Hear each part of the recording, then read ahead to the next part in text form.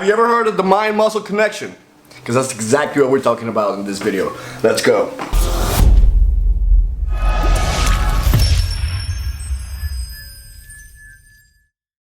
So if you have ever had a gym membership, you have probably heard around the corners of the gym that mind-muscle connection is very, very important.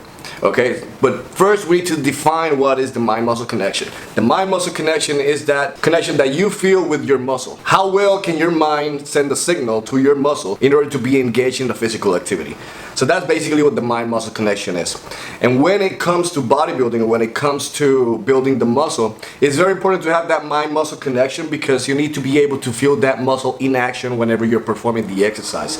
It doesn't matter how good the workout split is or a workout is designed if you don't have a good mind-muscle connection, because that means that you're not using the muscle in order to perform that exercise correctly. Okay, so you might as well be doing a bicep exercise but feeling other muscles such as your back or your shoulders whenever you're performing it, which is the case for some of the exercise for bicep. For example, whenever you're doing a preacher curl, most people do not perform it correctly, so you're using your deltoid in order to bring the bar all the way up. So that's why it's very, very important in order to develop this mind-muscle connection. That's why I got 3 tips for you guys in order to start implementing into your routines so you can get a better mind-muscle connection with that muscle that you might not be feeling. Because some people, some people have a better mind-muscle connection with some muscles than others. For example, myself, when I first started, it was very, very hard in order to feel my back working as opposed to muscles such as my biceps. Whenever I was performing exercises such as the lat pull down, exercises such as the seated row, I was feeling more of my bicep instead of my back. And that was a problem because my back was lagging.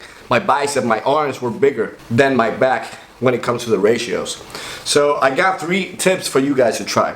The first one, choosing the isolation machines or the dumbbells instead of the barbells, or those machines that you must perform it both at the exact same time. And here's the reason why. Whenever you have an isolation machine, right, that you can do it individually, you can actually focus on that muscle being attacked, being targeted.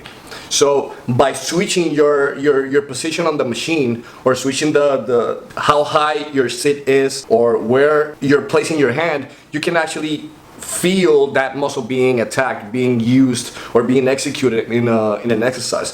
So that's very important when it comes to choosing the right isolation machine. So this is something that you have to go through with the trial and errors.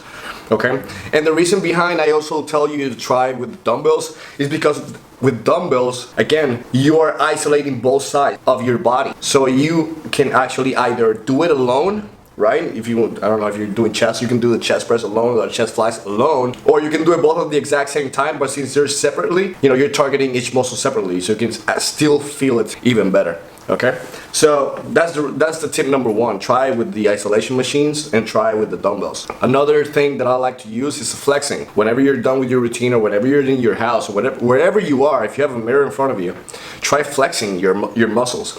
That way you know how it feels when you're contracting them. At the end of each movement, of the exercise that you're performing, you should be contracting that muscle, and that is very, very important. Okay, whenever you're performing an exercise, at the end of the movement, you need to contract that muscle in order to get that full stimulation. Okay, and get more blood into the muscle.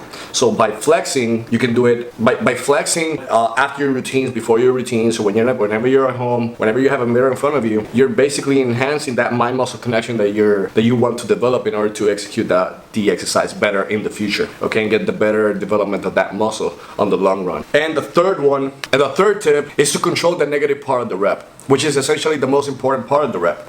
Whenever you're lowering the weight, that is when the muscle is actually being more engaged, because you need to control that motion. You need to control that movement on the negative part of the rep. By controlling it, you're feeling that muscle being used, so it's going to give you a better mind-muscle connection as well. So if you combine the 3 tips into your daily routines, you will notice that in a couple of weeks you will have a better connection with that muscle. You will actually feel it more whenever you're doing your workout splits and your workout routines. So try those out. Let me know what you guys thought. Follow me on all social media platforms, and I will see you guys in the next video.